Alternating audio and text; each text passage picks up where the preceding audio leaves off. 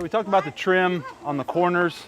We've got all those out. As you can see, the 1x4 matches nicely with all the trim is the same. It's all, you know, 1x4.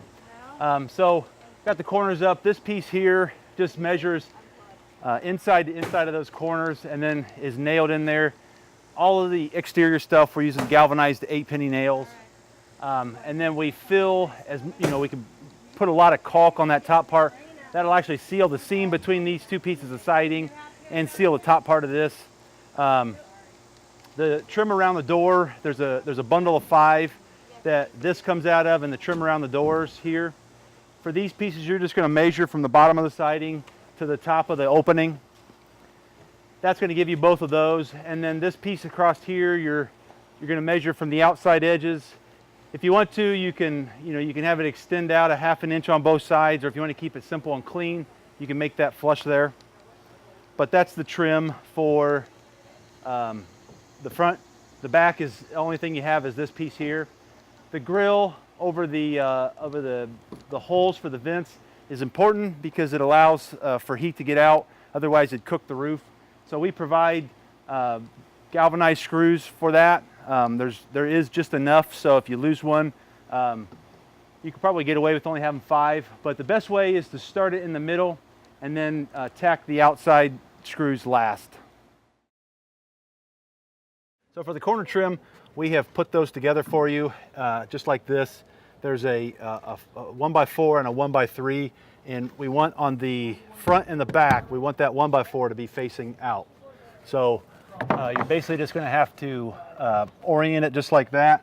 You want it to be flush with the bottom of the siding, and then when you put that up, you're going to nail it from this side, probably starting with that side, pushing it into the corner, and then come back and do the opposite side, about the same amount of nails.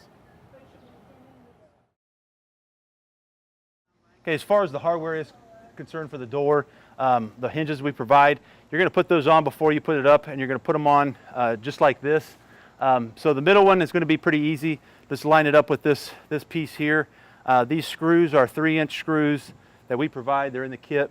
The top and the bottom, all you're going to do is take a speed square and lay that on there and put the hinge at the end of that. It's just a good way to gauge so that everything from afar looks nice and spaced out. So the top and the bottom, you can do that.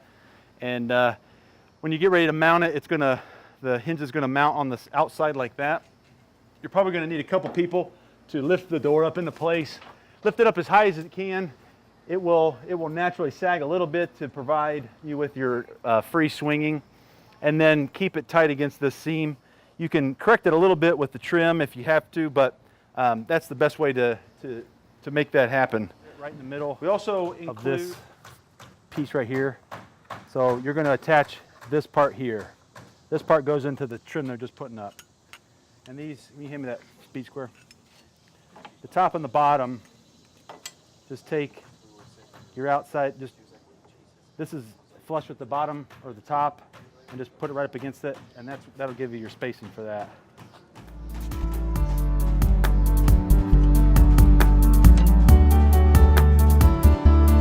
So,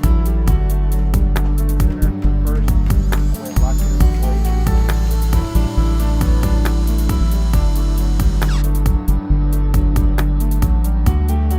Put 4 more in there, but just start with the center one.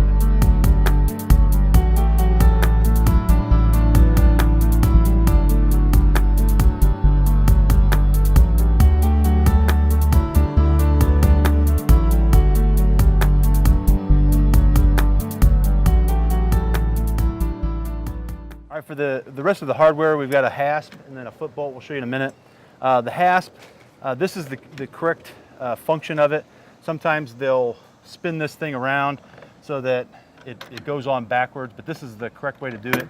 The best way to start it is to put this piece on first, get it as close to the edge as possible, and then just kind of lay this in place where you know it will operate in the way you want it to, and then fasten these screws on.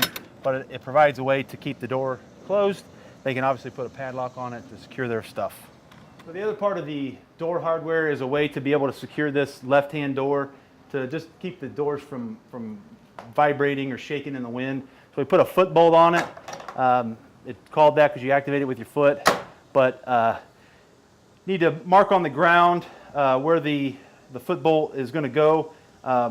Put that plate on, and then I usually mount this first all the way down to the bottom of the door to make sure you have enough length to get down into the receiver there. But basically what it allows you to do is keeps that door nice and secure. After you get done with everything, we want to make sure that there is nothing left on the site. Sometimes the actual cleanup on the property hasn't taken place, and so it may not be important to you to make sure you pick up that scrap of paper or tar paper, but leaving it better than when we got there is the most important thing, so that we're not leaving something else that the family would have to clean up or move. It looks pristine, and that's the way we want to leave it.